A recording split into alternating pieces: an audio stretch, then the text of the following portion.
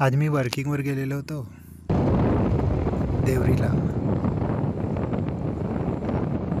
त्यात काय घडलं, मी देवरीवरून परत येत होतो. देवरी ते आमगाव ह्या रस्त्यावर होतो, महामार्गच होतं ते.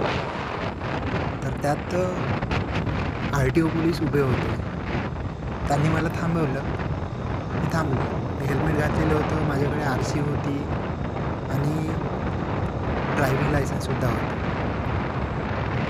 कित्येक लोक तिथून विदाऊट हेल्मेट आणि कित्येकांजवळ ड्रायव्हिंग लायसन्ससुद्धा असली नसणार, पण त्यांना तिथे थांबवत नव्हते. मी मान्य करतो, मला थांबवणं ठीकच आहे. त्यांनी विचारलं, मी त्यांना ड्रायव्हिंग लायसन्स दाखवली, RC दाखवली, त्यांना हेल्मेट तर दिसलंच. गाडीला 2 ते 3 वर्ष होत आहेत सध्या माझे. आणि त्यांनी नेमकं म्हणजे PUCसाठी माझं चालान घेतलं त्यांनी 500 रुपयांचं. त्यांनी घ्यायला पाहिजे होतं का 500 रुपयांचे चालान?